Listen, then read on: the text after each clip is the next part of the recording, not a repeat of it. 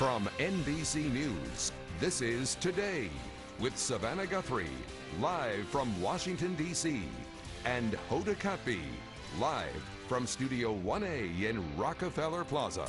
Plus, at risk, what the FDA wants women to know about breast implants and why they may be adding a warning onto every type of implant. But first, new information on the alarming risks associated with breast implants. What the FDA says all women need to know. Coming up right after this. Now to Pink Power today. This morning, the FDA's call for a new warning for the most popular cosmetic procedure in the world. We are talking about breast implants. NBC's Kristen Dahlgren joins us this morning with some more details on this one. Hey, Kristen. Hey, good morning, guys. Yeah, some women are already opting to remove implants associated with a type of lymphoma. But now the FDA is proposing a warning for all implants, saying they could carry some risks of complications that women need to know about before the procedure. Meantime, doctors are being flooded with calls from patients wondering what it means for them. This morning, the FDA proposing makers of breast implants add a warning to the box, telling women they could be at risk of complications like fatigue, joint pain, and even a type of cancer. Adding that the risk of these complications increase the longer they have the implants, which are not lifetime devices. The proposed warning is for all implants, silicone, saline, textured, and smooth. The public and industry will be able to comment on the recommendations before they are finalized.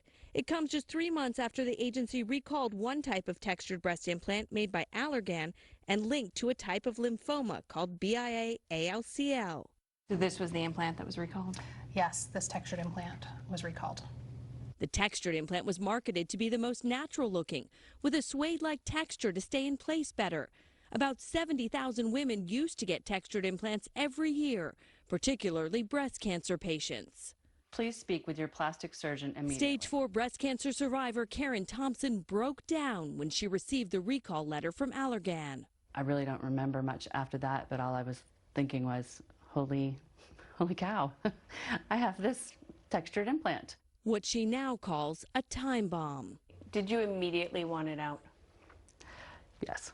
Why would I want to play with that ticking time bomb? To date, there are 573 known cases of the lymphoma worldwide. 481 of them involved Allergan's textured implants. In Austin, Texas, Dr. Elisabeth Potter's phone has been ringing off the hook. Hundreds. We're probably close to 1,000 calls in the last 8 months. What do I do now? Give me some advice, doctor.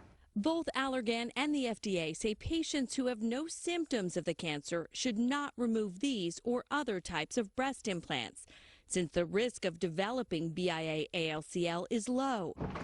How are you? But Dr. Potter's splitting from the FDA's advice for some of her own patients. You think women should take them out? I think women who have a history of breast cancer or who have a history of a genetic predisposition for breast cancer should think strongly about having their textured breast implants removed. Even though it's lymphoma that we're talking about and not breast cancer. Right. I understand for a cosmetically placed breast implant with no symptoms why the FDA says don't remove the implant. Monitor closely. I just think that a more in-depth conversation is in order for women with breast cancer. Bottom line, she says, whether implants are cosmetic or for reconstruction, have a conversation with your own doctor and watch out for symptoms of BIA-ALCL or other complications like swelling, redness, fluid, a mass, joint pain, or fatigue. Signs that something could be wrong. Now a big concern for millions of women. Breast implant manufacturers told NBC News they are looking forward to participating in discussions on the proposed warning label. A final recommendation is expected after the public comment period ends. All right. Thank you, Kristen. We're going to get right to NBC News medical contributor Dr. Natalie Azar. Get you in on this conversation. Yeah. If I were watching this story this morning and I had breast implants, I think I would be totally concerned, even though they keep saying, well, maybe it's not that bad. If someone is watching it and wondering, what should I do in this moment? what should they do? Well, we're going to go straight to the takeaways on that Yeah. then, Hoda, because you are going to need to have a conversation with your doctor. If you're thinking about having breast implants, you need to know about all of these risks. And that's why it's so important with these draft recommendations that the FDA is saying we want women to be more aware so that they can have this conversation with their doctors. Well, what struck me was that they said that they're going to put a warning on the label. box, which So look, seems so silly. right. Because they don't see the boxes, do they? Right. No, right. I mean, the women are going to be asleep in the OR when the boxes are opened. But listen, there's basically 5 elements to this. One, of course, is the box warning. And it's still important because it is the strictest warning from the FDA that comes with a device or a product. And as in Kristen's piece, this box warning is going to include the information about the lymphoma. It's going to include information about the fact that it's not a lifetime device. But additionally, there's going to be something they're recommending a patient checklist so that this is where you start when you have a consultation with your surgeon to go over all of these potential risks. They also are revising the screening for rupture in women who have silicone breast implants to include ultrasound and MRI, which is a really important step so more women can get screened. And they also want the manufacturer to be able to or require them to list more of the ingredient on the product. And they also want to update the device. So this is really important. This is really important. I want to hit this home.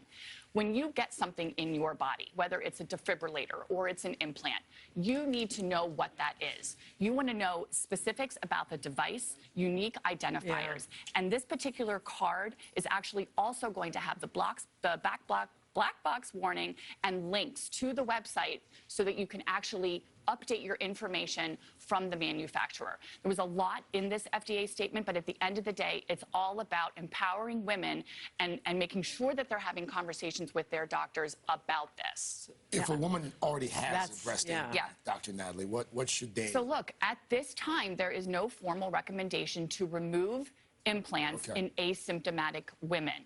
They're calling for screening, and they certainly want awareness about symptoms so that anything does arise that is concerning, that you have this conversation with your doctor. It's scary for a lot of women who have breast cancer who get these implants because they need them and then learn that in some cases... And part of the conversation is that there are alternatives to implants for women. Okay, well, thank you very much. You. And thanks, Kristen, too.